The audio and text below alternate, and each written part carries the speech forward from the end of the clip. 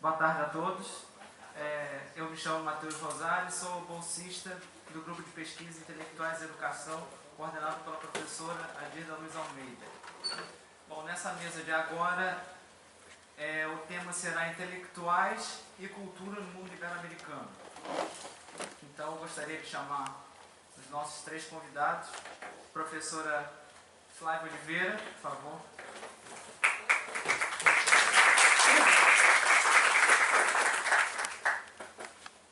Professor José Manuel Faria, por favor.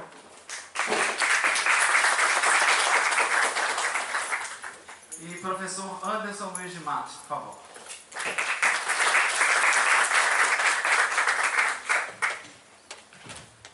Bom, antes dos nossos convidados começarem sua palestra, eu vou citar o tema de cada um. A professora Flávia falará sobre o breve olhar sobre as questões teóricas e metodológicas da pesquisa sobre intelectuais e cultura.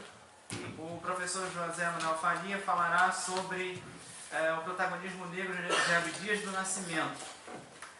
E o professor Anderson Matos falará sobre Eduardo Coutinho e cinema documentário.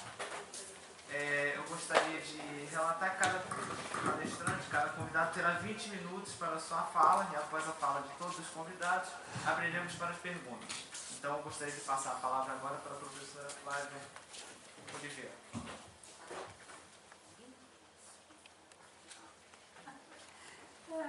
É porque ninguém me conhece bem assim, exatamente como Flávia de Oliveira, né? Acho que muita gente nem sabe quem é a Flávia de Oliveira. Eu geralmente uso o último nome, Flávia Barreto, mas tudo bem. Bom,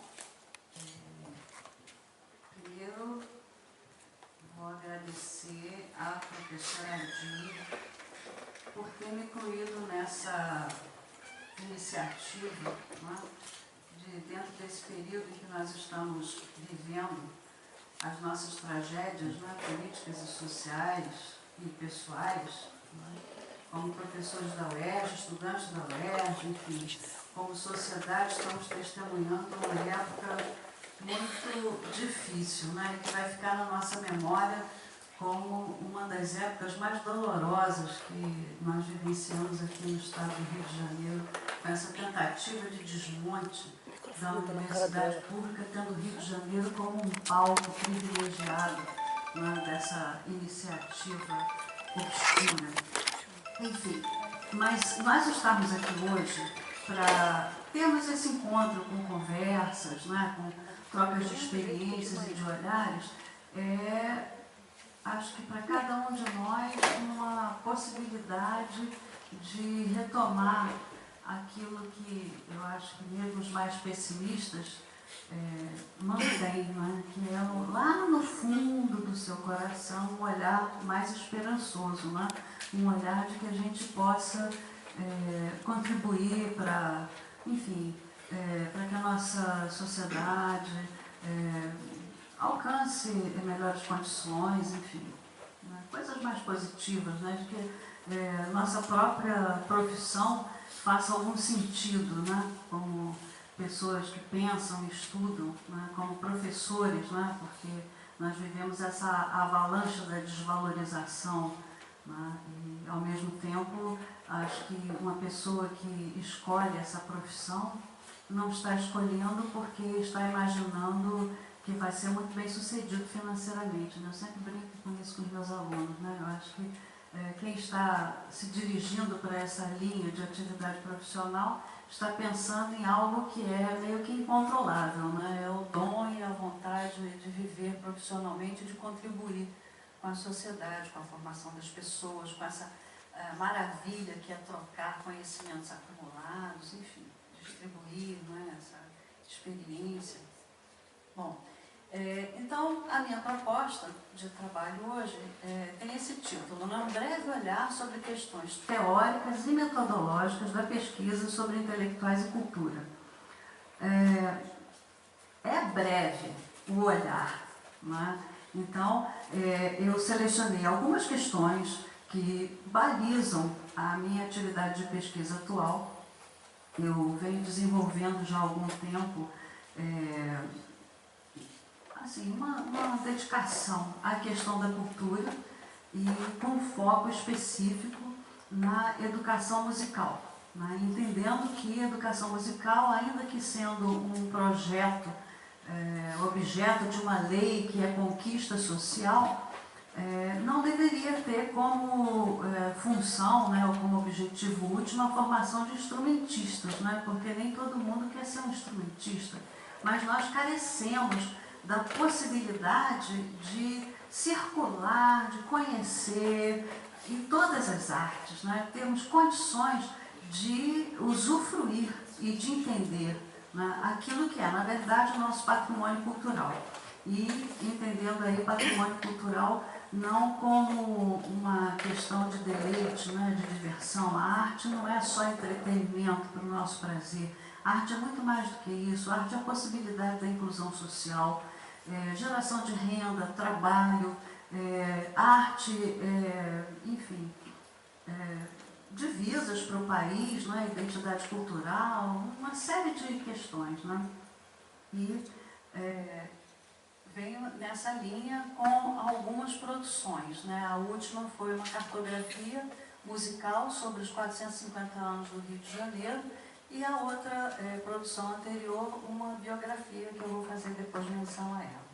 Então, nosso breve olhar sobre as questões teóricas, né? Que questões teóricas são essas? Primeiro, as conceituações. Intelectuais, eu estou trabalhando com a ideia de intelectuais e entendendo intelectuais como sendo o que exatamente, né? Cultura também, a partir de que olhar eu estou me situando dentro da área de cultura, né? Não vou fazer assim aquele exercício de furor acadêmico e classificatório, né? Mas eu acho que é importante situar algumas referências, né? Então, a primeira questão, né, que eu me deparei dentro do longo do debate, né, ao longo do debate sobre um dizendo que, definindo o que é intelectual e o que não é intelectual, a indagação que vem do existencialismo, né? Por que existem intelectuais, né? Então eu achei tão interessante essa pergunta, né? Por que o homem se dedica a elaborar a possibilidade de pensar a sociedade, de articular questões e descobrir links entre algo que aparentemente não se relaciona com o outro, mas que serviria como causa ou como uma sobredeterminação, né? Então, eu achei interessante recortar dentro dessas questões do existencialismo, né, a percepção de que o homem é livre, mas ele é livre para escolher, né? E que essa ideia de que a projeção da vontade do homem constrói o próprio homem e o mundo que o habita, ela se interpenetra com a discussão antropológica, sociológica do homem como um ser social. O homem que é um ser social, cultural e histórico, né? Porque o homem ele não tem da sua organização biológica uma orientação de conduta que o defina. Então o homem se constrói culturalmente, constrói a sua própria linguagem, constrói seus valores, etc. E eu achei muito mais interessante, né, essa questão do Sartre, porque ela me parece tão atual, né? O homem se angustia sendo esse homem que precisa escolher, fazer as suas opções. Ele se angustia, por quê? Porque ele não é capaz, sempre, enquanto indivíduo, de alterar as suas condições de existência, essas condições que nos apresentam. Tendo que escolher, por vezes, entre o ruim e o pior, e tendo que arcar com as consequências dessa escolha. E mais do que isso, também não é capaz de não realizar essa escolha. E que isso é uma, vamos dizer assim, é uma encruzilhada que muitos de nós nos confrontamos no nosso cotidiano, né? Então isso seria, vamos dizer assim, uma motivação, um estímulo para que as pessoas busquem desenvolver a sua habilidade de intelectualidade, né? Que é de refletir sobre a sua própria realidade. Então, essa foi uma primeira reflexão que eu fiz, né? E vendo a questão do intelectual dentro de umas definições que fazem assim um certo percurso histórico, né? O intelectual seria todo aquele que se dedica ao exercício da intelectualidade, óbvio, entendendo a intelectualidade como esse conjunto de faculdades mentais que permitem esse exercício que é compreender o mundo que nos cerca, o sentido da vida e da existência aí ainda dentro de uma linha existencialista, né? E aí, historicamente, a gente começa a ver registros, né? O intelectual voltariano, aquele que se dedica ao serviço do interesse público, mas esse intelectual, ele é um intelectual que ele está produzindo, escrevendo, pensando, registrando as suas reflexões, e esse registro, ele cria um impacto sobre a sociedade, mas a função desse intelectual é uma função que está fora do fazer cotidiano, né? É o pensar, é o ser o filósofo, mas que dentro da sua existência prática, ele não está necessariamente envolvido nas questões que as pessoas vivenciam nos seus embates sociais e políticos, né? Esse primeiro tipo, vamos dizer assim, registrado, né, de perceber o intelectual. Depois vem o confronto ideológico, né, entre o intelectual que é crítico das políticas e das instituições sociais arcaicas e o intelectual que está interpretando e justificando a ordem social, né? Seria um primeiro confronto entre dois tipos de intelectualidade, né? Mais adiante, a gente se depara com a ideia de que o intelectual ele pode e deve, e é desejável que ele esteja engajado na prática política. Esse intelectual que ele desenvolve uma relação orgânica, né, com a realidade aonde ele está pensando, elaborando, vivenciando, experienciando e aplicando dentro dessa realidade social os resultados dos seus exercícios intelectuais. Seria o intelectual orgânico, acho que todos nós temos Gramsci como uma referência dessa percepção, né? Esse intelectual orgânico com um campo de ação delimitado pela esfera da vida política, pela vida acadêmica, né? Mas eu queria provocar, né, e acho que eu venho trabalhando, considerando um pouco mais do que o Gramsci está colocando, que é a possibilidade de nós estendermos o nosso olhar, enquanto essa conceituação de intelectual orgânico, para outras pessoas que estão fora da universidade, que estão fora do meio político, que não se dedicam aos temas clássicos do exercício da intelectualidade, mas que estão inseridos em outros campos da vida social que muitas vezes são considerados como secundários, como, por exemplo, o campo da cultura, da arte, né? E que você ouve muito, né, dizer que não tem o mesmo valor e nem teriam o mesmo impacto acadêmico ou político-social. Então, eu gostaria de provocar vocês para me acompanharem nesse desejo de ampliação da noção de intelectual orgânico. Bom, então esses são os meus primeiros questões, né, sobre conceituação de intelectual. Depois a questão da cultura, né? Cultura é um debate acalorado. Alguns definem cultura como sendo todo o conhecimento desenvolvido pela humanidade, outros definem cultura como um lugar onde o homem se constrói como homem, um lugar da socialização, enfim. Sendo um debate tão amplo, né, alguns querem definir cultura como, não, cultura não é todo e qualquer tipo de conhecimento, porque isso é um relativismo, temos que definir, delimitar, enfim. Não quero entrar nessa discussão. Eu dei uma olhada e uma mapeada que, para mim, eu considero bastante interessante, que é verificar algumas vertentes dessa discussão, né? A cultura, esse conceito, ele aparece como uma função, né? Qual a função da cultura? Então, dar ao homem a referência de si mesmo, né? Dar ao homem uma lente de interpretações e valores, sentidos, significados, através do qual o homem vê o mundo. Essa percepção, né, da cultura, qual a função da cultura, né, ela é uma linha dentro da antropologia, né? A gente tem aí o Claude Lévi-Strauss como uma referência excelente para isso, né?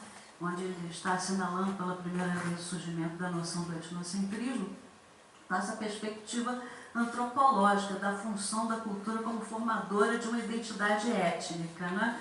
E essa questão da identidade étnica cultural, ela é também a referência vamos dizer assim, do embate, né, entre o que é cultura civilizada, primitivo, selvagem, né, que essa oposição e hierarquização das etnias, né, a cultura ocidental tem mais valor do que a cultura, sei lá, de outros lugares, indígena e tal, um seria primitivo, outro seria civilizado,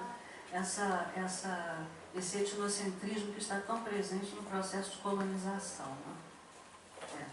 Uma outra vertente, né, vai perceber a cultura dentro dessa discussão da disputa, né, que vai começar a colocar não só a hierarquização de valores entre diferentes grupos étnicos, né, que foi essa questão que eu assinalei anteriormente do etnocentrismo, mas que, vamos dizer assim, vai burilar mais isso e trazer isso para dentro da própria sociedade, que teria, vamos dizer, uma certa uniformidade cultural, né, colocando a questão da relação de classes, né, que haveria uma disputa de lugar e de possibilidade de acesso entre uma cultura, vamos dizer, mais elaborada, uma cultura popular, né? E a gente já encontra outras linhas, né? Outros olhares. Né? A cultura popular seria uma cultura menos cultura, com menos valor, a cultura do senso comum não tem valor, a cultura erudita é aquela que é mais desejada, é a mais elegante, enfim. Essa questão que se expressa também na luta de classe no capitalismo, na dualidade da inclusão e exclusão. Quem está incluído do meio cultural, quem tem cultura, quem não tem cultura. Né? Essa discussão da cultura como lugar da disputa. Né? E onde está a cultura? Onde encontramos a cultura? E que eu acho muito interessante, assim, me diz bastante, né? Onde está a cultura? E o Geertz faz essa colocação, né, de que a cultura está na mente e no coração dos homens, o lugar onde nós encontramos a cultura.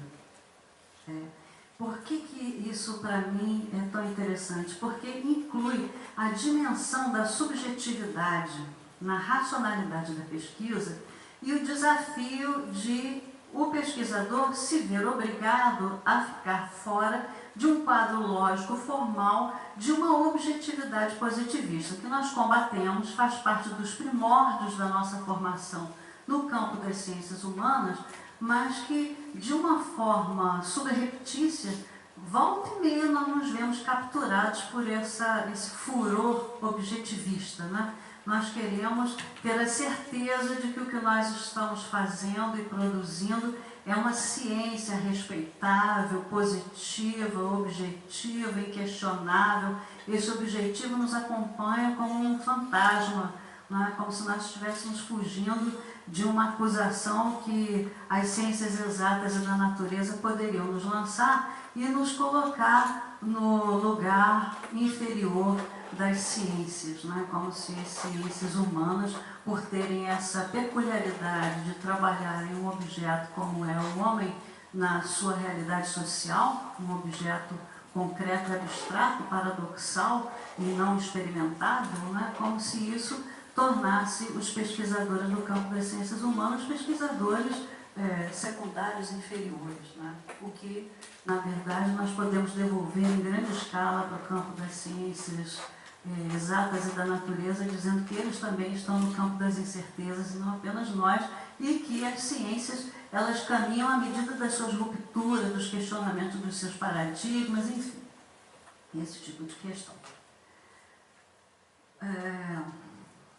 Outra provocação, né, que vem do Edgar Morin, que é a questão da hierarquia das culturas, né, que eu assinalei antes, a cultura popular, a cultura de massas, a cultura cultivada, né, essa obrigatoriedade que nós precisamos assumir como compromisso, que é problematizar a construção dessas fronteiras de hierarquia entre esses distintos tipos de cultura, porque isso vem realmente carregado de ideologia, de valores sociais, etc. Né?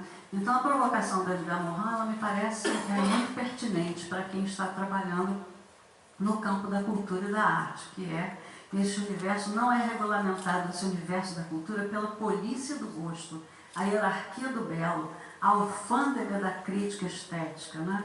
Ele faz essa provocação no sentido de nós pensarmos, principalmente no universo, né, que eu estou trabalhando, que é a música, né, e que é tão presente, tão naturalizado nós falarmos de música clássica, como um certo tipo de música elaborada, e música popular como se ela nada fosse, né? E algumas expressões musicais mais populares como se fossem também manifestações inferiores.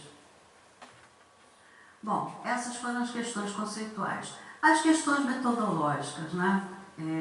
Sobre intelectuais, né? Os intelectuais são pessoas. Né? Quando nós estamos falando assim, eu trabalho, faço uma pesquisa sobre fulano de tal, são pessoas. O estudo das suas trajetórias é uma provocação, é uma narrativa biográfica, ainda que com recorte direcionado. Ainda que você esteja trabalhando com as ideias de um pesquisador, de um intelectual, você está trabalhando com a ideia de uma pessoa que viveu, e essas ideias elas fazem tanto mais sentido quanto nós nos aproximarmos mais da sua trajetória biográfica, né?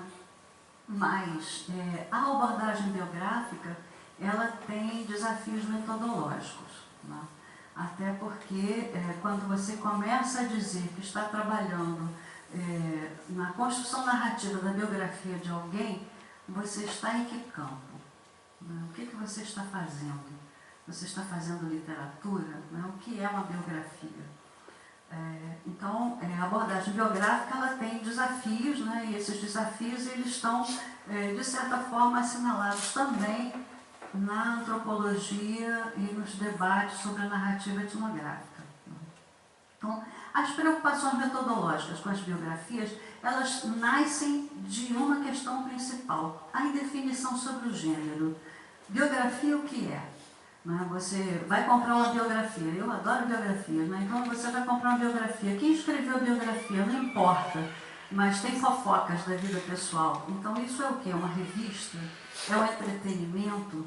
O que é uma biografia? É uma literatura que pode ter mais elaboração, menos elaboração. Biografia, ela é uma fonte documental. O que é, afinal de contas, uma biografia? A gente ouve falar muito sobre biografia, mas muito pouco a gente diz que biografia é um trabalho científico.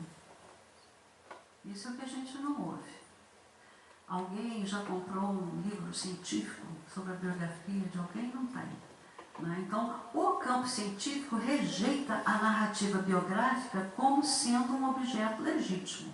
Né? O campo científico das ciências humanas. Né? Então, alguns desafios que pesquisadores começam a se colocar e que você ouve no discurso de biógrafos, né?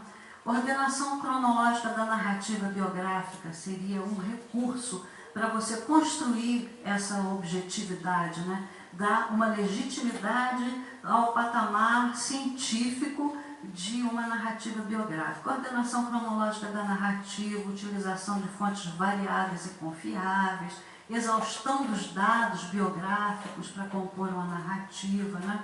A imparcialidade, a narrativa com o emprego do narrador ausente, com a afirmação de objetividade, essa é uma questão que meio que nos acompanha, não é? Como é que você vai escrever sua monografia? Você vai ter a audácia de usar a primeira pessoa? Você vai narrar no eu? Você vai ser o narrador onisciente, o narrador ausente, aquele que relata os fatos, mas não se coloca? Como é que você está construindo essa narrativa, que é uma discussão da literatura? Então, depois de assinalar todas essas expectativas, eu vou falar o que eu vejo como equívocos e imprecisões, né? Uma delas, a professora Dir já nos brindou e quase roubou a minha argumentação, né? Que é a questão do Bourdieu, né? Que a vida dos indivíduos ela é desprovida de um sentido, de um objetivo consciente desde o seu início. Você não nasce tendo um projeto de vida que você vai seguir certinho até o fim da vida e depois você vai então considerar se você alcançou ou não alcançou o seu projeto de vida. Nós todos enfrentamos muitas situações, encruzilhadas, desafios. Muitas vezes você imagina que vai ser a sua vida conduzida numa certa direção e acaba indo para outra, né? Por exemplo, quando eu fui fazer vestibular, eu imaginava que eu ia fazer medicina, porque eu gostava tanto da humanidade, eu achava a humanidade uma coisa linda, e eu precisava contribuir para minorar o sofrimento da humanidade. Então eu descobri que não precisava ser com band-aid nem com sutura, né? Eu descobri que tinha um negócio chamado Ciências Sociais, que a gente podia fazer vestibular ali na Proefix, na UFRJ, e que isso também era minorar os sofrimentos da humanidade. Pensar sobre a vida, as relações sociais, também é minorar o sofrimento da humanidade. Isso para mim foi uma descoberta incrível, né? Não precisava ser só nos ferimentos físicos, podia ser também nos ferimentos intelectuais, mentais, etc. Então, a vida do indivíduo não tem essa sequência que a biografia pretende dar, sendo ela uma narrativa, né, sobre a vida vivida de um indivíduo que, quando começou a viver a sua própria vida, não tinha como ter o objetivo e nem a visão clara de que ele estava pretendendo chegar naquele momento da sua existência. Então, essa ilusão biográfica da ordenação da trajetória, né, o Bourdieu ele assinala no texto dele, né, ilusão biográfica. Né? E a outra questão, né, que a gente também vai desconstruindo, que como em todas as ciências humanas, as fontes oferecem dados, mas esses são selecionados pelos pesquisadores segundo seus próprios critérios. E essa seleção não é neutra. Essa é uma seleção que você faz conforme aquilo que você pretende construir enquanto narrativa. Isso é um dos fundamentos do nosso aprendizado em estar nesse campo das inseguranças e das incertezas, que é o campo das ciências humanas.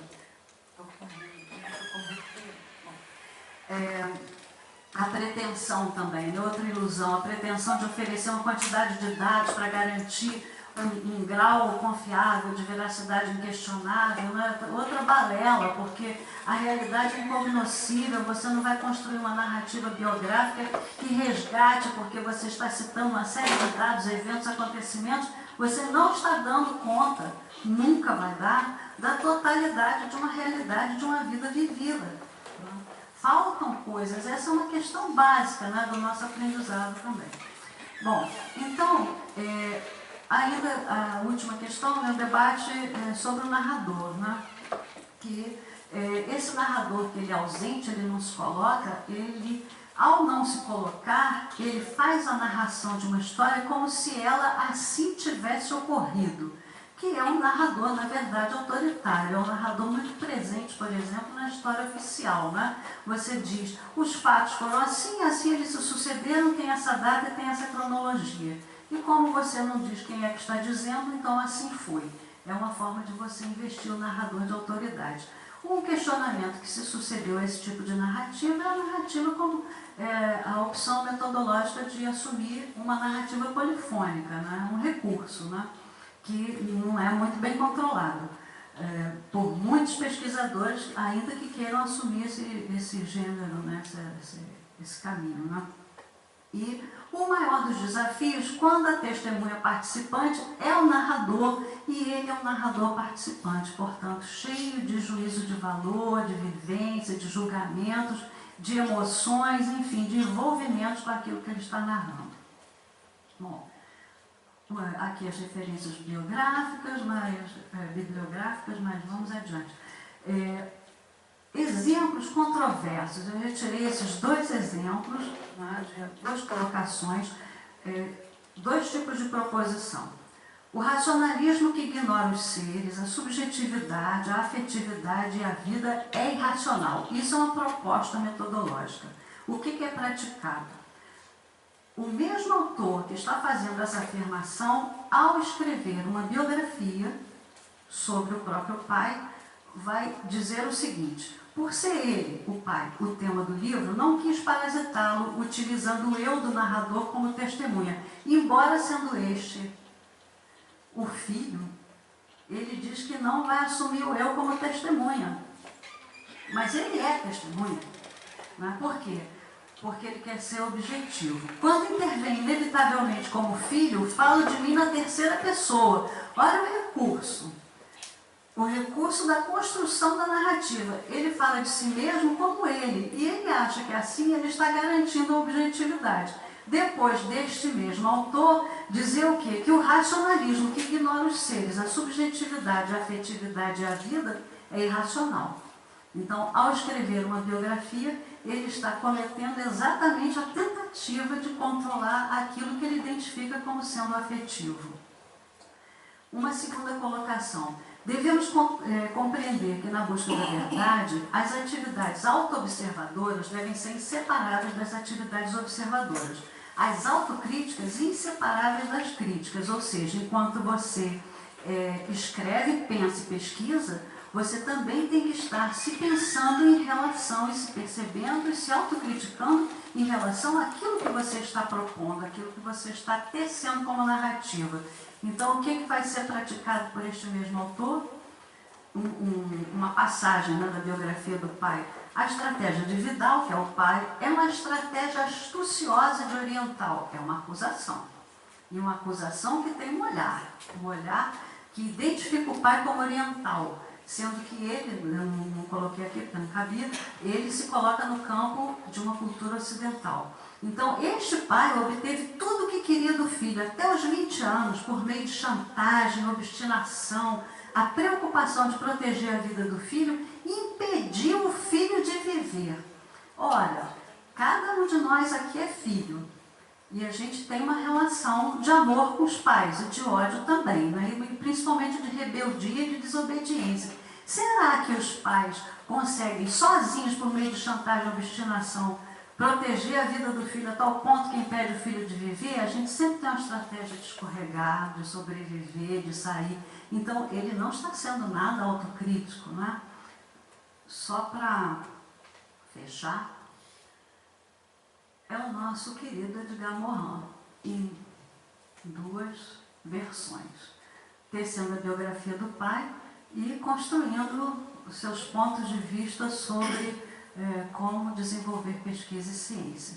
Para a gente ter um pouquinho assim de reflexão sobre como é difícil a introdução na nossa cena de pesquisadores da questão da objetividade e da subjetividade, como a nossa ambição, né, de estar sempre num campo mais objetivo e mais racional, muitas vezes faz com que a gente perca de vista que trabalhar com a subjetividade não é uma questão simples, é realmente uma questão complexa, como diz o próprio Edgar Morin, que se enrola na sua própria complexidade do pensar.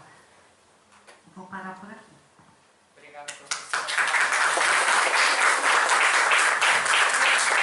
Obrigado, professora Flávia Barreto. Agora passo a palavra ao professor Zé Manuel Faria. Troca de lugar.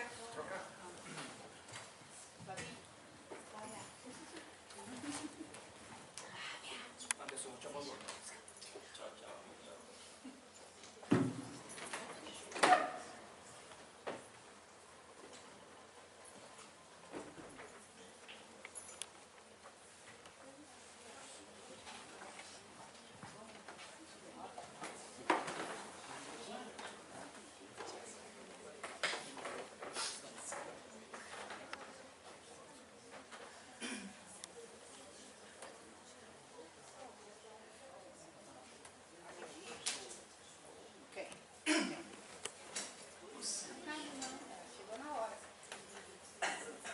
Eu ia fazer uma pergunta para você que procurei e não te achei, pô. Agradeci, tipo, preciso dele agora. Boa tarde. Meu nome é Emanuel, sou professor da rede estadual, professor da rede municipal de Itaboraí. Faço mestrado na Universidade em Niterói.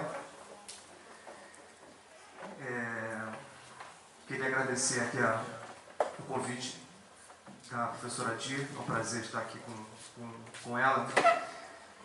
Sempre gosto muito também de estar com os seus orientandos, né? Seus grupos de pesquisa. Já há algum tempo já acompanho isso, né? Moro em São Gonçalo, então estou lá sempre na UERJ.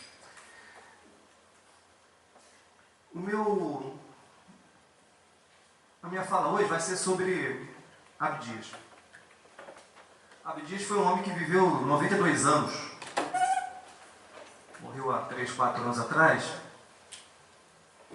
E é difícil você falar de uma pessoa 92 anos, né? Então vou fazer um recorte. Qual é o meu recorte? Eu vou tentar discutir com vocês década de 40 e 50, que é a época de formação, né, do Abdias, enquanto um líder da segunda geração do movimento negro no Brasil. O Abdias, ele foi senador, foi deputado, foi secretário, e era isso que eu queria falar com você, Silvio, né? Se você tem alguma experiência com o Abdias, né? Não, nada. Porque o Abdias é da mesma geração, né, do Silas, dessa coisa do secretariado do Brizola e tal. Mas eu vou trabalhar com elementos da década de 40, 50, e duas coisas. Eu não combinei nada com a Dir não sabe nem o que eu vou falar aqui hoje.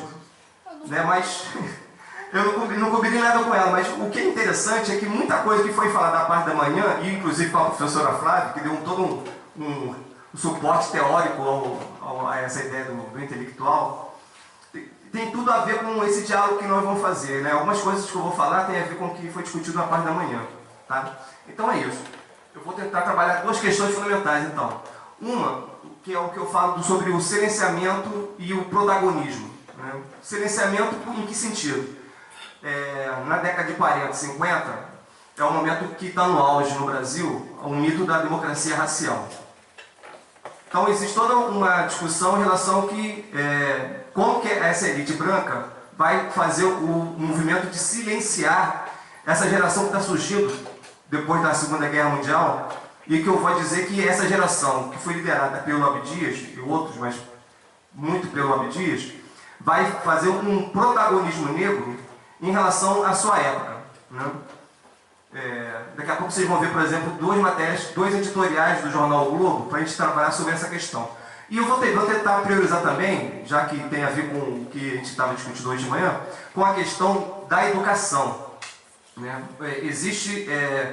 Muitas pessoas conhecem o Teatro Experimental do Negro, que foi um projeto elaborado pelo Abdias e outros companheiros dele, mas poucas pessoas conhecem a questão educacional dentro do TEM, do Teatro Experimental do Negro.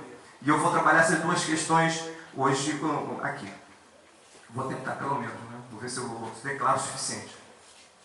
Bem, o Abdias, ele nasceu em Franca, dentro de uma família que são descendentes de escravos, escravizados. Filho de sapateiro. Uma das formas de você sair da miséria para essa população era entrar no exército. É uma forma que você tinha de conseguir escapar da dura realidade do que era ser negro na década de 20. O Abdias aí, ele falsifica o documento de identidade dele, porque para entrar no exército ele tinha que ter 18 anos, mas ele só tinha 16. Então ele tem que falsificar o documento dele para ele conseguir entrar no exército, para ter um futuro. Né? Então o Abdias aí, já na Revolução de 30, ele devia ter 17, 18 anos aí. Eu trabalho, esqueci de comentar, eu trabalho com imprensa negra, tá? São jornais feitos por negros para a comunidade negra. Um dos mais importantes jornais da década de 20 e 30 é esse daí, é o Clarim da Alvorada. Ele durou mais de 10 anos e ele é bem importante para quem estuda essa temática da imprensa negra. Ele é dirigido por um cara chamado José Correia Leite, que foi um grande líder do movimento negro no Brasil, morreu bem velhinho, tem vários depoimentos dele, são bem interessantes. Ele tem uma perspectiva mais à esquerda, tá? Isso é importante porque vai entrar aqui agora a Frente Negra Brasileira, né, que é dirigida por uma outra personalidade também muito significativa para o movimento negro, que é o Arlindo Veiga dos Santos. Né? A Frente Negra Brasileira foi a maior entidade do movimento negro no Brasil, em todo o século XX. Né? Não tem outra comparação. Né? Tem sede, tem um número muito grande de aderentes, tem várias lideranças. Né?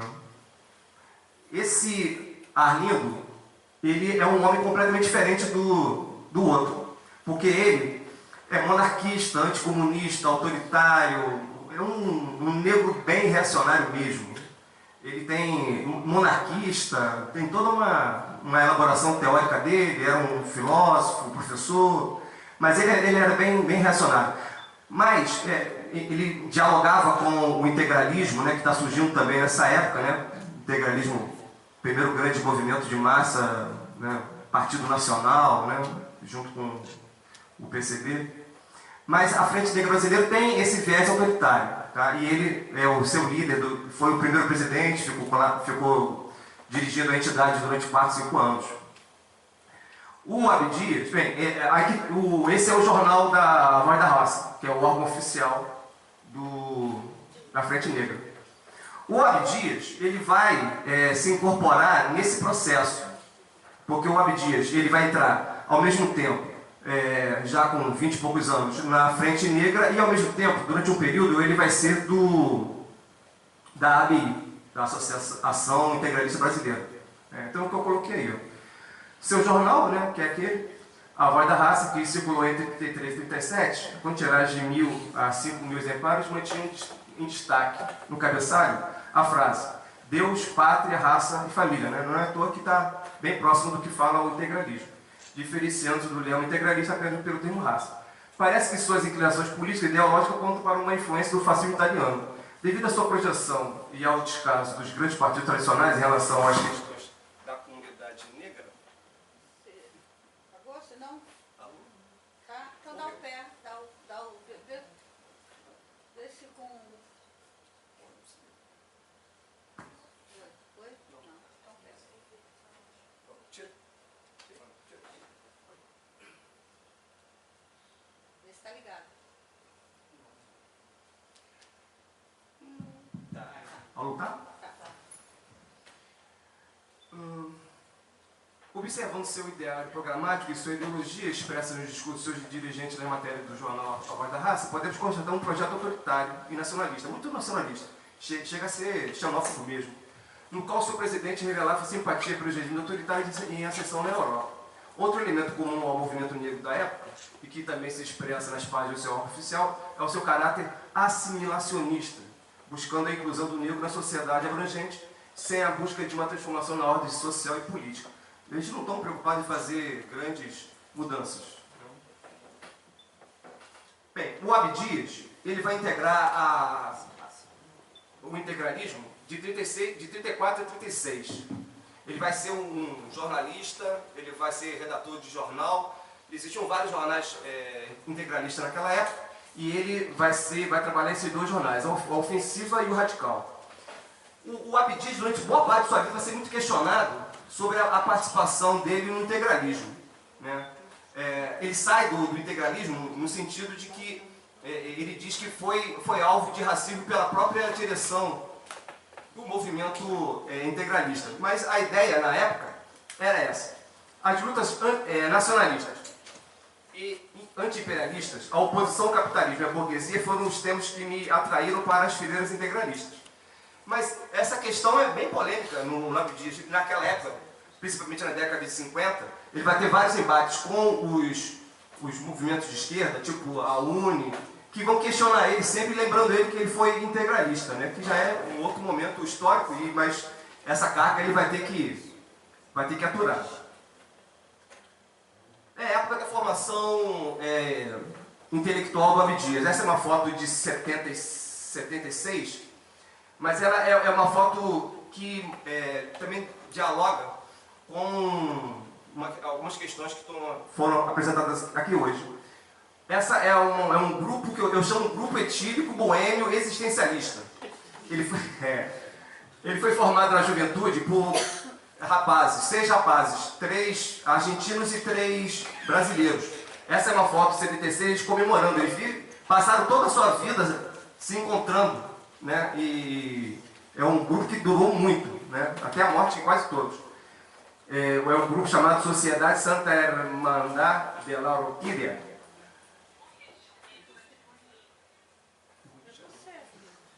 É a formação intelectual dele.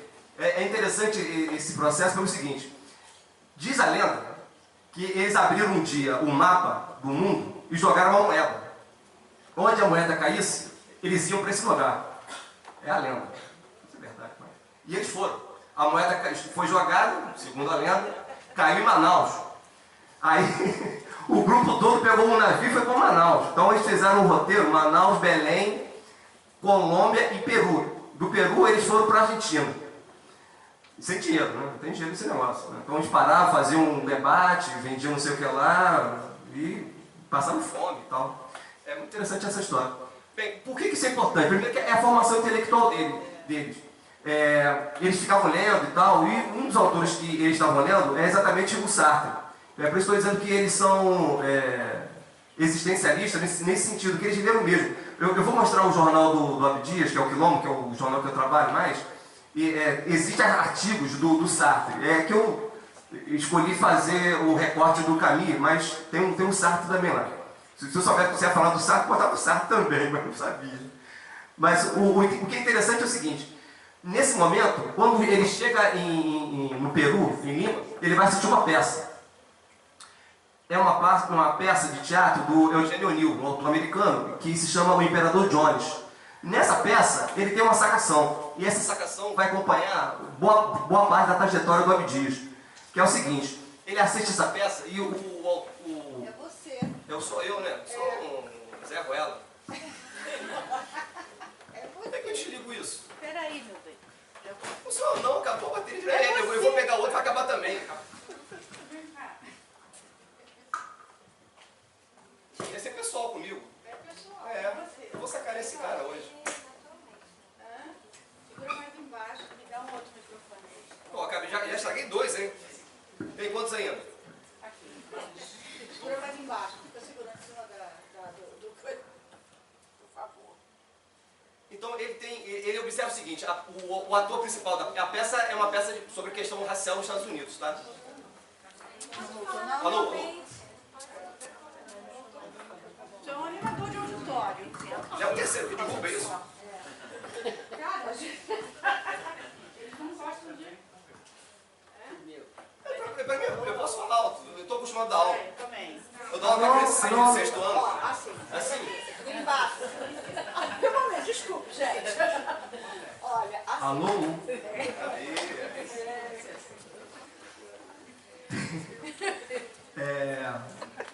Então é uma peça sobre questão racial nos Estados Unidos. E o ator principal, ele tem o seguinte: ele é branco e usa uma máscara negra. É um blackface. Ó, a culpa é minha. Depois manda a conta pra mim, chefe. Mas tem uma boa coisa. Não é, a culpa não é sua não, a culpa é a filha. Então ele observa o seguinte: que não existem atores negros. Não existe ator negro. E ele vai falar com um homem que é o ator, né? Então ele fica tão impressionado com aquilo, aí ele começa a perceber, é aquele insight, né? No Brasil também é a mesma coisa, não tem atores brancos, não tem atores negros, né? Como é que eu vou fazer e tal? Ele vai para Buenos Aires, estuda, fica lá em Buenos Aires um tempo e depois volta para o Brasil. Eu estou com problema de saúde. Se eu tossir aqui, desculpa, tá? Então ele tem essa sacação, né? Ele já tinha participado do primeiro congresso, que é o Congresso Afro-Campineiro, lá em Campinas. Já foi uma experiência mais regional, né, mais importante. Pessoal, hein? Pessoal, você já gosta. Seu Gomes, aqui que é pessoal. Então, aí... Voltou. Então, aí... Eu até me desconcentrou. Aí, ele volta pro Brasil, Bem, quando ele volta pro Brasil, ele é preso. A Abdias foi preso umas 3, 4 vezes. Na segunda vez que ele é preso porque ele não é expulso do exército. Ele é, tipo, suspenso do exército. Quando ele volta, ele vê que ele foi processado sem estar presente no Brasil, né? Então, a revelia. E quando ele chega, ele vai para penitenciária do Carandiru. No Carandiru, já é a segunda prisão dele. Na primeira, ele arrumou confusão aqui com a polícia, porque ele estava numa manifestação contra um navio americano aqui, e ele foi preso. Ficou preso com Prestes, inclusive. Ele conta lá no livro dele que ele estava com a galera da comunista de 35. Bem, na prisão do Carandiru, em 41, ele vai criar o primeiro grupo de teatro dele, que é o Teatro do Sentenciado. Então, é um projeto dele que vai ficar 3, 4 anos no Carandiru, e lá ele vai montar esse grupo, né, com peças feitas pelos presos com atores prisioneiros. Quando ele sai, talvez seja a faceta do Abdias mais conhecida dessa época, que é a formação do Teatro Experimental do Negro, em 44. É exatamente a peça que ele viu lá em Lima. A estreia nos palcos, com uma produção própria, se deu no Teatro Municipal, no Rio de Janeiro, em 45. Ele vai para Niterói. Niterói é o Teatro Municipal aqui de Niterói. Aqui não, né? Lá, né? Eu estou do outro lado da força. Mas é o Teatro Municipal de Niterói, que é muito bonito, inclusive, eu recomendo para quem não conhece. E depois ele vai para São Paulo, faz o mesmo... É um grande sucesso e cria uma grande polêmica. Por quê? Qual é o que o Abdias escreve, né, sobre essa questão do teatro? Quando fundamos o Teatro do Negro, ficou desde logo estabelecido que o espetáculo, a pura diversão, seria muito secundário, seria coisa secundária. O principal para nós era a educação e esclarecimento do povo. Pretendemos dar ocasião aos negros de alfabetizar-se, com conhecimentos gerais sobre história, geografia, matemática, línguas, literatura e assim por diante. Então, não existe uma separação entre o projeto do teatro em si, que foi um sucesso de público dentro do próprio teatro brasileiro. O Nelson Rodrigues, por exemplo, ele escreve uma peça só para eles, né? O Ouro Negro, se não me engano o nome, o Zimbis que ajuda, Pascoal Carlos Magno ajuda. Então tem toda uma discussão em relação ao teatro. Mas o que eu quero discutir é que não é só o teatro em si, não é o único projeto desse momento. Porque não dá para separar o projeto teatral com o projeto pedagógico. Porque eles partem de um princípio que é o seguinte: não tem atores negros. Então como é que nós vamos construir uma representação, um conjunto de homens e mulheres negras para atuar no teatro? Então o projeto pedagógico, educacional, está junto, né, está interligado nesse processo. Fundado o Teatro Experimental do Negro em 44, pretendia organizar um tipo de ação que há um tempo tivesse significação cultural, valor artístico e função social. De início havia necessidade do resgate da cultura negra e seus valores, violentados, negados, oprimidos e desfigurados. O negro não deseja a ajuda isolada e paternalista, como um favor especial. Ele deseja e reclama um status elevado na sociedade, na forma de oportunidade coletiva para todos.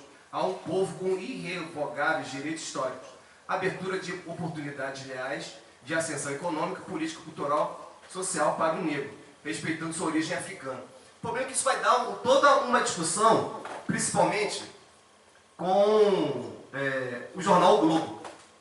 Então é um artigo do Abdias na revista Estudos Avançados, que vai ver um caminho, essa questão da ligação social do teatro. A um só tempo tem alfabetizado seus primeiros participantes. Ou seja, ele está discutindo o seguinte: o TEM vai se formar a partir da ação pedagógica. Muitos daquelas pessoas que eram analfabetas e que foram fazer os cursos do TEM, eles se transformaram em atores. A segunda peça deles também tem 200 atores de negros. Mas onde que vão buscar 200 atores de negros naquelas condições? Então, tinha. Então, eles vão fazer isso através do seu projeto pedagógico, de que eles vão trabalhar com mais de 600 pessoas. Daqui a pouco vocês vão ver. Participantes recrutantes entre operários, empregados, domésticos, favelados, sem profissão definida, modestos funcionários públicos, e oferecia-lhes uma nova atitude, um critério próprio que os habilitava também a ver e enxergar o espaço que ocupava o grupo afro-brasileiro no contexto nacional. Cerca de 600 pessoas, entre homens e mulheres, se inscreveram no curso de alfabetização do TEM. Bem, então essa é uma foto, que é uma foto... achei que tinha desligado. É uma foto da sede da UNE, onde era realizado esses cursos de alfabetização. Depois eles vão brigar com a UNE, vão ser expulsos da UNE. É a aula de alfabetização, aquele é o professor Ironildes Rodrigues, que é o cara que é o responsável pelo curso.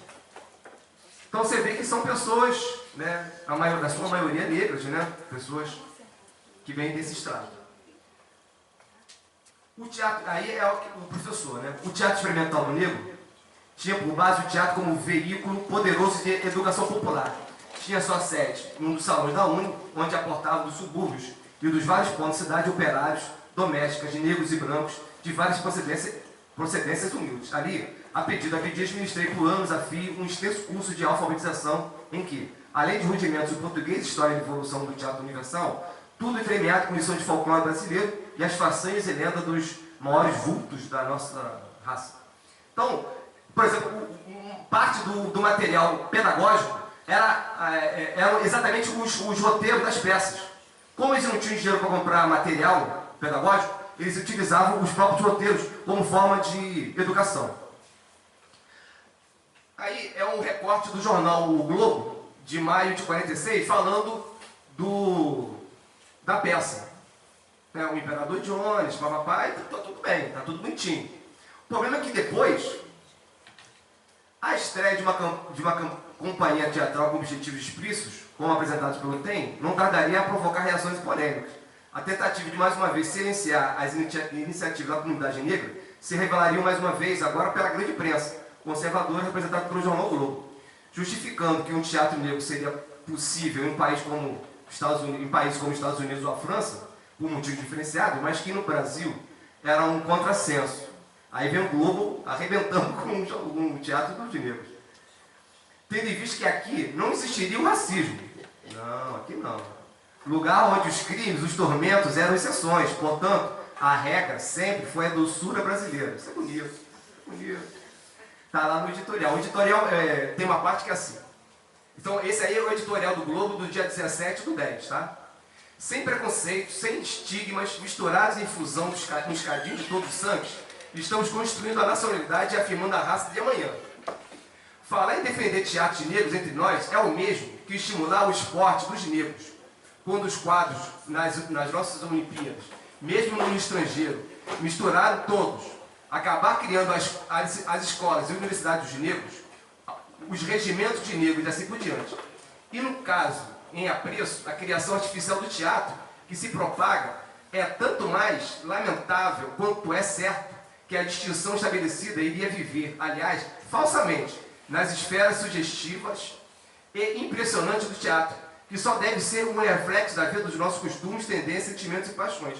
Ou seja, o Globo está dizendo que esse negócio de teatro negro é uma bobagem, porque está tudo misturado aqui e aqui a gente tem uma democracia racial.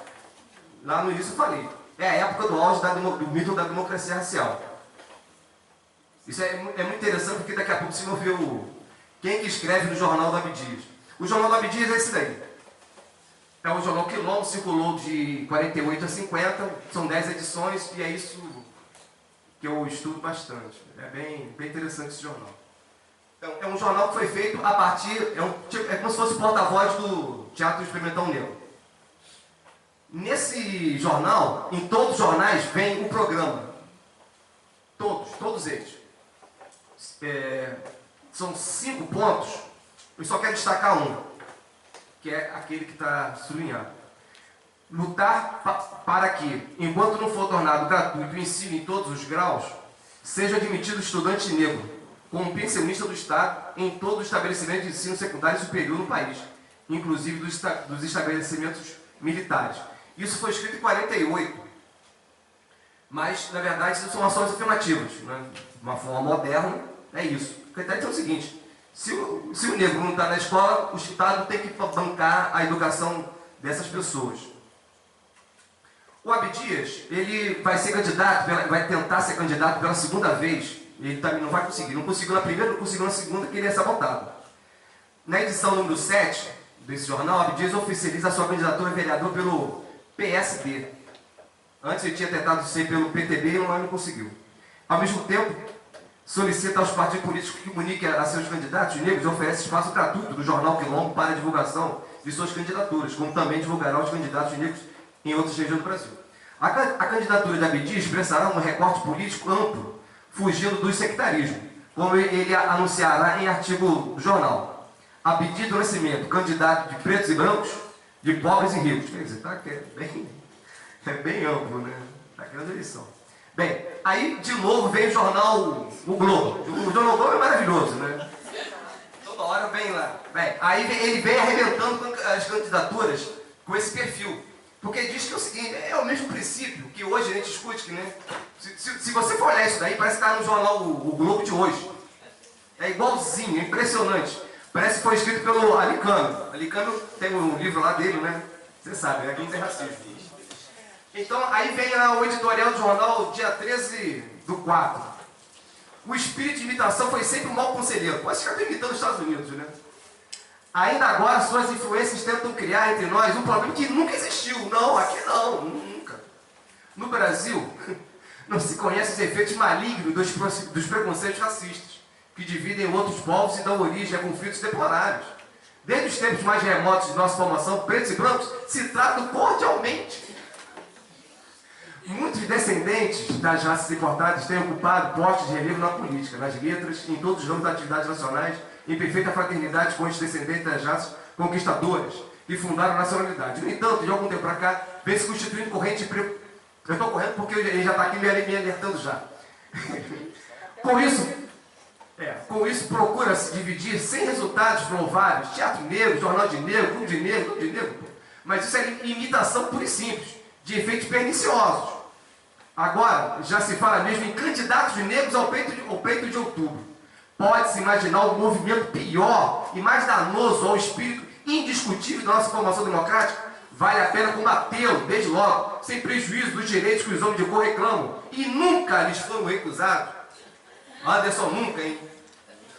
Do contrário, de vez de preconceitos de branco, teremos paradoxalmente preconceito de pretos. Esse é moderno. Está na moda esse negócio, fala esse negócio aí, hein? Os tais extremos conduzem não ao racismo, que não existe entre nós, mas o espírito de imitação mal digerido, e cuja consequência talvez seja mais nefasta, seja o estabelecimento de um sistema por todos os títulos abominável. Os indivíduos passariam a ser visto aquilo, a ocupar determinados cargos, não pelo valor pessoal que os recomendasse, mas por serem pretos ou não serem pretos, a pigmentação cutânea entraria a valer como prova de títulos. Olha, isso daí parece que foi escrito aí recentemente. O Abdias responde. Aqui, a letra pequenininha, ele diz o seguinte: muito me surpreende o senhor, um mulato, o Roberto Marinho, famoso no clube, no Jockey Club, chamado, como é que é o nome? Ele deu um apelido, porque rolava um boato que o Roberto Marinho era discriminado, não imagina, hein? O Roberto Marinho discriminado no Jockey Club. Então, quer dizer, ele vem esculachando. Mas eu vou acelerar porque já vi que aqui meu amigo está... É interessante isso, porque é o Albert Camus, que é o grande existencialista francês. Ele vem ao Brasil, ele autoriza ao TEM fazer uma peça, que é o Calígula. É o Camus. O Camus, ele está lá, numa reunião, o pessoal está lendo o texto, depois ele vai ver a peça. O que é muito legal é o seguinte: nesse dia, depois que acaba a peça, ele acaba em Duque de Caxias. Duque de Caxias, o que ele vai fazer em Duque de Caxias? O Abdias é do Candomblé. E ele vai parar no terreiro do Joãozinho da Goméia, famoso, né? Foi o chefe do Candomblé aqui no Rio de Janeiro durante muitos anos. Então imagina, né? Camus acabou em Duque de Caxias no Candomblé e adorou aquilo. Adorou. Saiu dali impressionado, maravilhado. Mas é uma influência do existencialismo para esse grupo. É um outro recorte do jornal. em todo jornal tem uma coluna. A coluna é escrita lá, democracia racial. Em toda. Primeiro número do jornal, quem que escreve? Gilberto Freire. Isso é muito bom, cara. Porra. Democracia racial, Gilberto Freire, no jornal do Abdias, falando sobre a mestiçagem no Brasil. Depois o Abdias vai questionar algumas coisas, mas nessa época tá tudo aí. Tá, não sou, o jornal ele é interessante pelo seguinte, ele vai aglutinar vários intelectuais que não são negros para falar no jornal. Então você vai ter o Origines Lessa, você vai ter Nelson Rodrigues, o Sartre, o Camus, e alguns deles, nessa coluna exatamente Democracia Racial. A Diego, agora é para você. Quem que escreve no número 2? Arthur Ramos. Arthur Ramos. A mestiçagem no Brasil é a parte de um livro do Arthur, que aí ele coloca nessa coluna. Depois, aí já é a parte mais triste, Adir. Eu botei para você também. É a morte de um grande amigo. Quem é? O Arthur Ramos. Ele comentando a morte. O Arthur Ramos ele estava indo para Paris, né? Eu acho que ele morre em Paris. Estava em Paris e morre em Paris, dentro da discussão daquela grupo de estudo da Unesco, né? Para estudar por que o Brasil é tão maravilhoso. É só chegar à conclusão que não era tão maravilhoso. Não era assim, não. Então você vê o Roger Bastille, né? Também escrevia no tal. Para terminar. Em 46 eles fazem a Convenção Nacional do Negro Brasileiro. Está aí um recorte. Visando, como já ia ter uma nova Constituição, os negros vão começar a elaborar um programa para a Assembleia Nacional. Também exigindo ações afirmativas, né? Vou pular porque o cara já puxou a arma aqui do meu lado. Aí depois, em 49, vai ter a Conferência Nacional do Negro. A conferência foi organizada pelo Teatro Experimental do Negro com o objetivo de criar ações concretas para combater as dificuldades da comunidade negra. É o primeiro congresso brasileiro do negro, 1950. Seus organizadores, Abdias do Nascimento, o Guerreiro Ramos e o Décio Carneiro.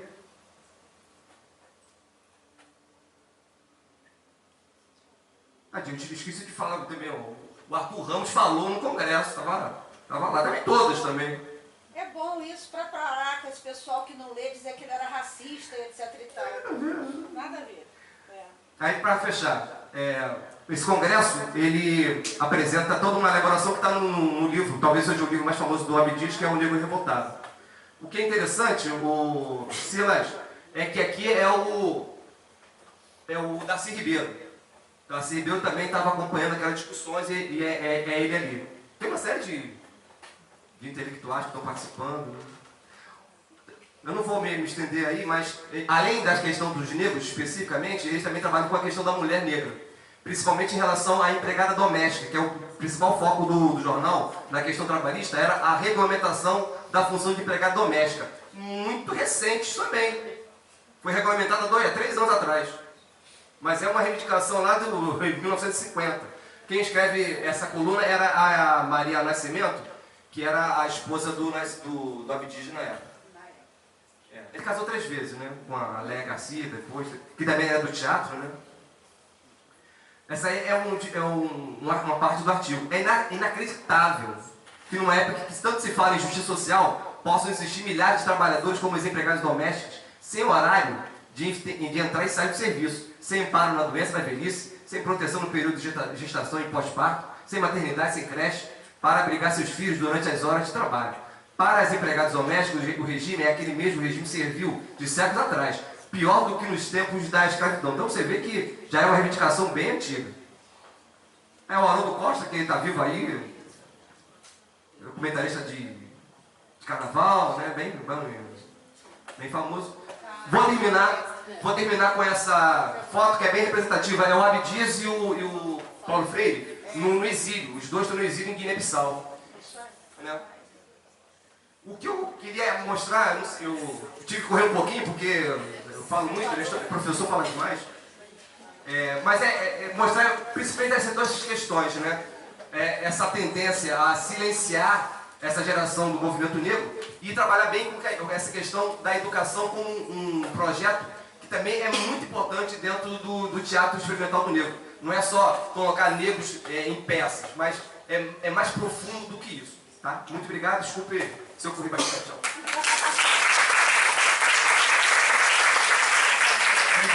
Obrigado, professor José Manuel Faria. Agora passo a palavra ao professor Anderson Matos. Boa tarde a todos. Eu sou Anderson Matos, sou aluno, estou terminando a graduação de Letras na UERJ, sou professor de português no pré-vestibular comunitário e pertenço ao grupo de pesquisa comandado... Não vou usar... E pertenço ao grupo de pesquisa liderado pela querida coordenadora Adir Luiz Almeida. Gente boa demais. Tá bom. Enfim, eu vou falar hoje um pouco sobre o Eduardo Coutinho, um dos grandes cineastas brasileiros e a sua metodologia de fazer cinema. Mas antes de entrar no Eduardo Coutinho, eu gostaria de retomar as discussões assim, bem brevemente sobre cultura. Como a professora Flávia disse, que cultura realmente é um debate, né? É muito difícil delinear um conceito fixo para a cultura. Diversos intelectuais, ao longo do tempo, se debruçaram sobre isso e tiveram conclusões, abordagens tanto divergentes como convergentes. E uma das abordagens assim, que chama muito a minha atenção é a abordagem que Franz Boas faz da cultura. Porque Franz Boas foi um antropólogo norte-americano, considerado por muitos um dos pioneiros da antropologia moderna, né? E a abordagem que o Franz Boas faz da cultura é porque ele valoriza, ele traz a singularidade na abordagem de cultura. Ele decide valorizar as contribuições dele no estudo da área de cultura, valorizam as particularidades da cultura. Tanto que ele não usa o termo cultura, ele fala em culturas, no plural. Porque, do ponto de vista dele, se um sujeito se manifesta culturalmente, é essa manifestação que vai definir o que é cultura. Ou seja, a cultura ela se manifesta subjetivamente num indivíduo. Vamos supor que uma pessoa compôs, sei lá, um rock, um funk. Nós conhecemos a cultura do rock, conhecemos a cultura do funk. Só que, de acordo com as contribuições do Franz Boas, nós teríamos que chegar até esse indivíduo e perguntar para ele qual é a visão dele dessa cultura maior. Entendeu? Entenderam? Então, quando ele fala em subjetividade e particularidade da cultura, ele quer que nós saiamos do âmbito geral de cultura para ver como ela age nos indivíduos, particularmente. E foi a partir do século XX que começaram a fazer essas reflexões de subjetividade, de pluralidade cultural, né? E essas reflexões, elas justamente serviam para negar o estabelecimento de leis gerais de normatização de cultura, de dizer que isso é cultura e que isso não é, de que aquele sujeito faz cultura e o outro não faz. Então, quando a gente fala em culturas, nós estamos falando de diversos sujeitos que têm uma visão diferente de cultura. Se eu estou numa roda de rap, eu vou ter uma visão sobre rap, o colega do meu lado vai ter uma visão sobre rap e cada um ali vai ter uma visão sobre rap. Então é essa subjetividade que deve ser valorizada quando a gente fala sobre cultura. Mas, mais uma vez, como a professora Flávia disse, trabalhar com subjetividade não é uma coisa fácil. Vim aqui falar, nós temos que valorizar as subjetividades, tá? É muito legal, mas como que a gente trabalha com isso? E é aí que eu trago o Eduardo Coutinho para a conversa. Porque eu não gosto de alçar o Eduardo Coutinho a um cargo de intelectual, porque eu sei que ele não gostaria. Então, como o debate é sobre intelectuais, hoje está permitido. Mas eu sei que ele não gostaria, se ele estivesse pelas redondezas, ele entraria por aqui e terminaria esse debate, porque ele certamente não gostaria de ser alçado a um cargo de intelectual. Mas é bom trazê-lo para essas discussões sobre subjetividade, porque o seu modo de trabalhar, a sua metodologia, a maneira como ele filmava os documentários dele, como ele conduzia as filmagens, valorizava justamente o indivíduo. Tanto que ele chama as pessoas que participam dos documentários dele de personagens narradores. Ou seja, eles são os personagens reais e narram o próprio filme, pois os filmes estão focados na subjetividade desses personagens. Então o Eduardo Coutinho, que infelizmente nos deixou em fevereiro de 2014, como funcionava mais ou menos a metodologia de trabalho dele? Ele geralmente se dirigia à localidade de filmagem com a equipe, mas era muito raro ele se utilizar de roteiros. O que é um roteiro? Quando você pega um roteiro de filme, vai estar lá tudo bonitinho dizendo o que determinada pessoa vai fazer naquele momento de filmagem. A fulana vai entrar pela esquerda, enquanto o outro fulano vai entrar pela direita, e o fulano vai sentar de perna cruzada, enquanto o outro vai sentar de perna... Eduardo Coutinho não utilizava isso.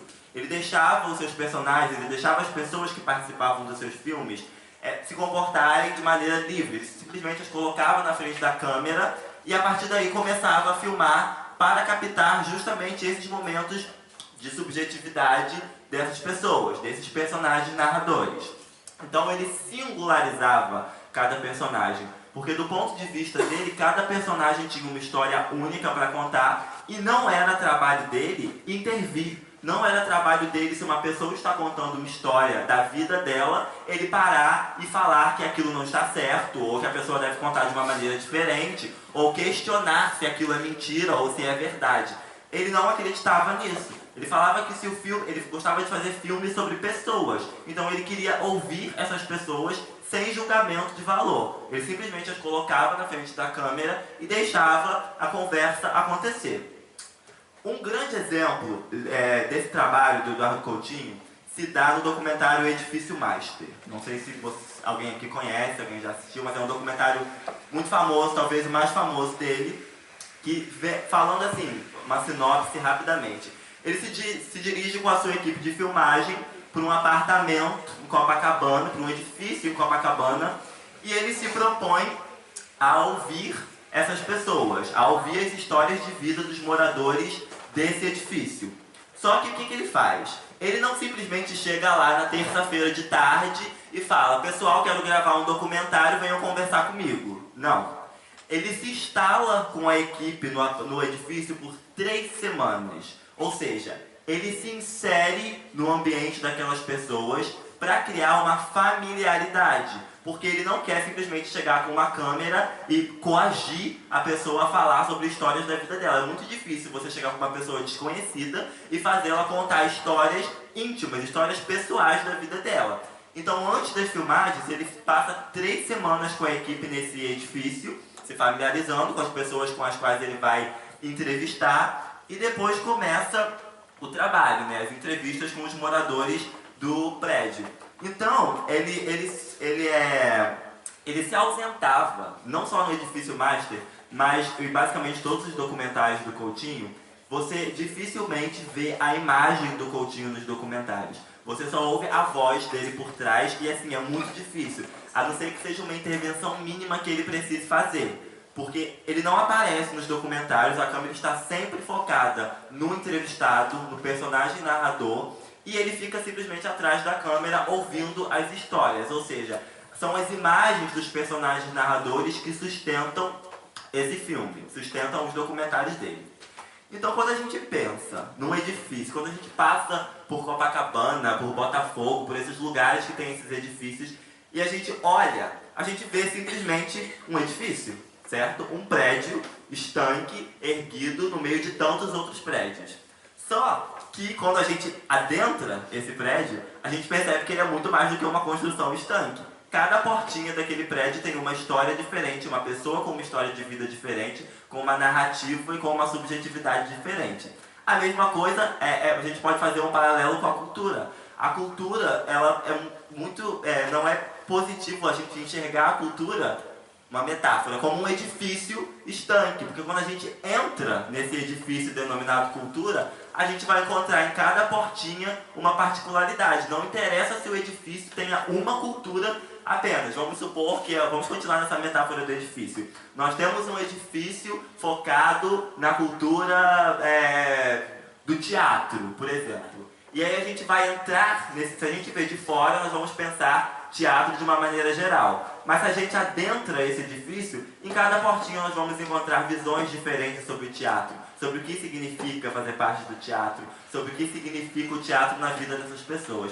Então, é muito interessante fazer esse paralelo entre o edifício Master e entre a visão de cultura. Porque quando a gente olha para a cultura dessa maneira geral, dessa maneira objetiva, fica difícil não fazer julgamento de valor, porque a gente não conhece as subjetividades e a gente vai ver a grosso modo e vai falar as nossas impressões, né? Tem um trecho de uma entrevista que o Eduardo Coutinho deu, que eu gostaria de ler, porque eu acho muito interessante. Deixa eu só encontrar aqui. Que ele está falando justamente sobre essa ideia de não interferir durante as falas dos personagens, de valorizar a subjetividade de cada pessoa. E ele diz o seguinte: eu tento não interferir, eu não julgo.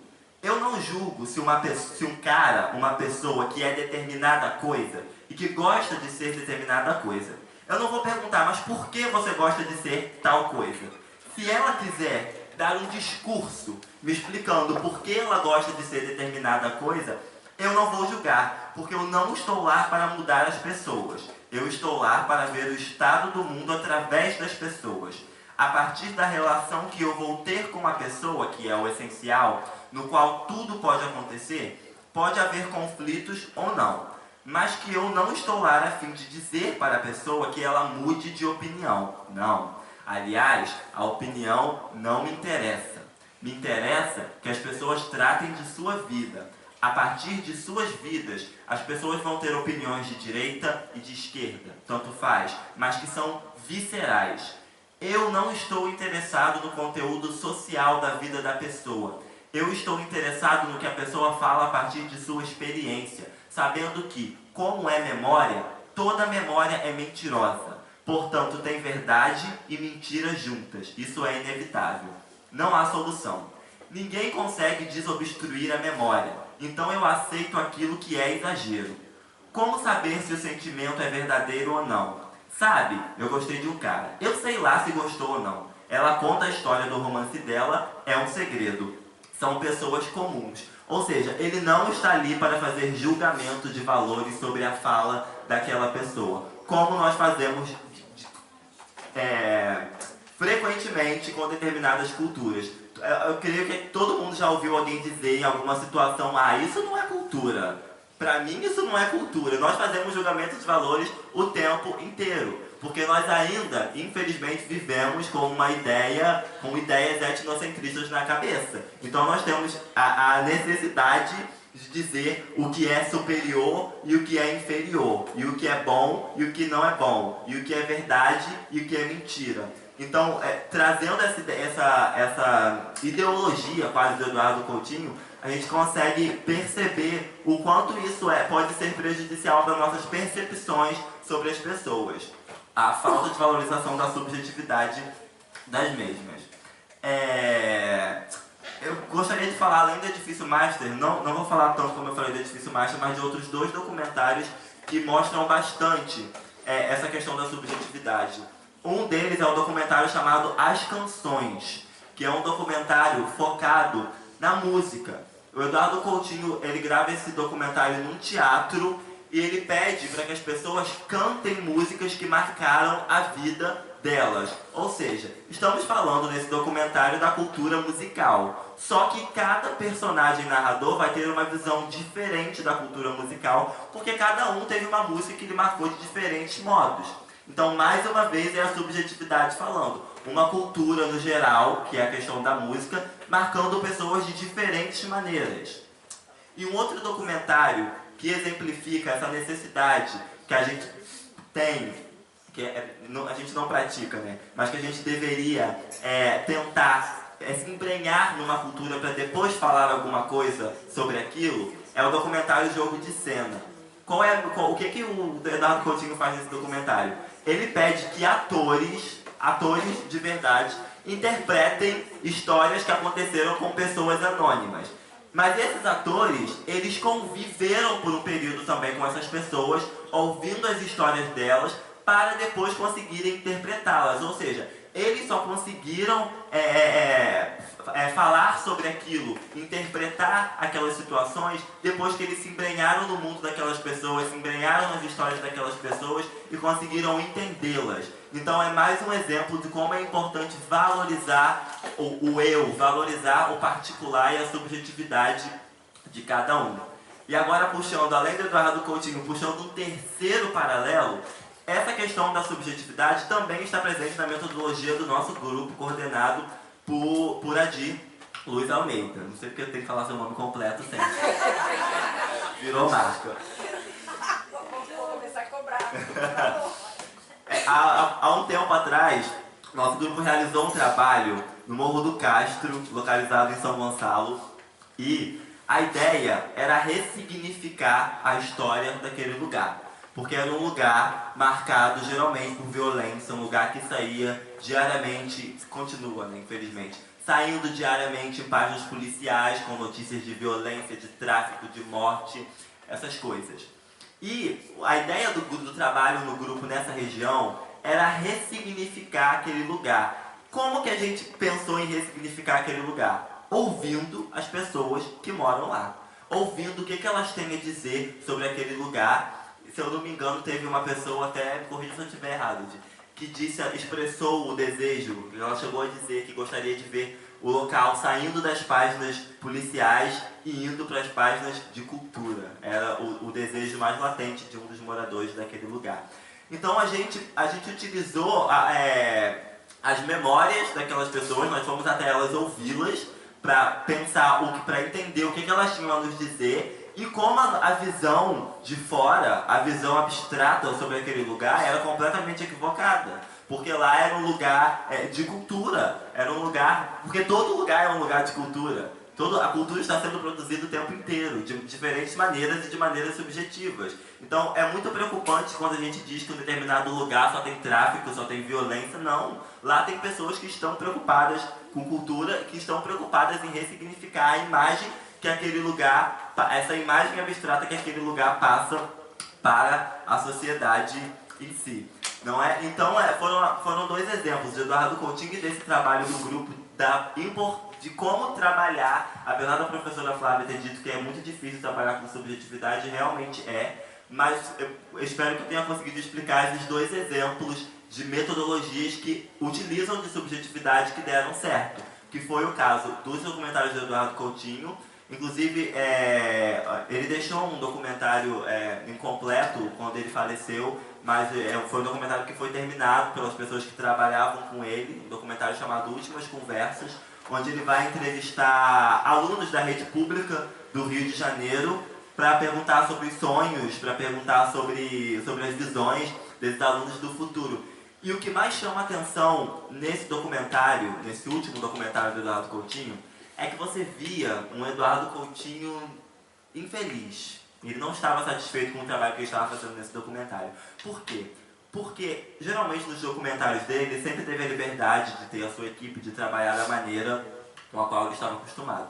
Mas esse filme foi um contrato com a Rio Filmes. Então, ele meio que trabalhou numa camisa de força, com um roteiro, coisa que ele não gostava de fazer.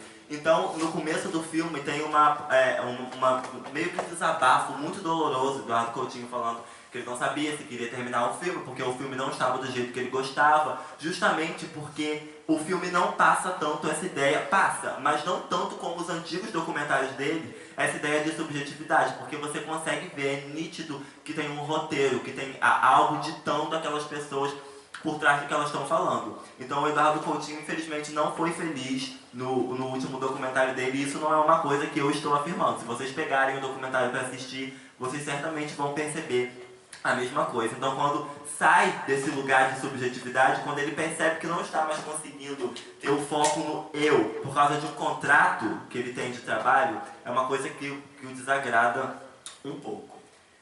Enfim, para fazer as considerações finais, porque eu não falo tanto, eu sou professor, mas eu não falo tanto. As considerações finais, voltar um pouquinho no Boas, né? Numa parte que o Boas não utilizou, há um conceito chamado de relativismo cultural, mas esse conceito não foi cravado pelo Boas, foram as pessoas que vieram depois dele lendo as coisas. As ideias são relacionadas com Boas, mas não foi um conceito que ele cravou. É um conceito que diz que a cultura, ela se manifesta de diferentes formas, em diferentes lugares e de maneira, obviamente, plural. E dentro de um contexto. Na fala da Adir, na fala da Adir Luiz Almeida,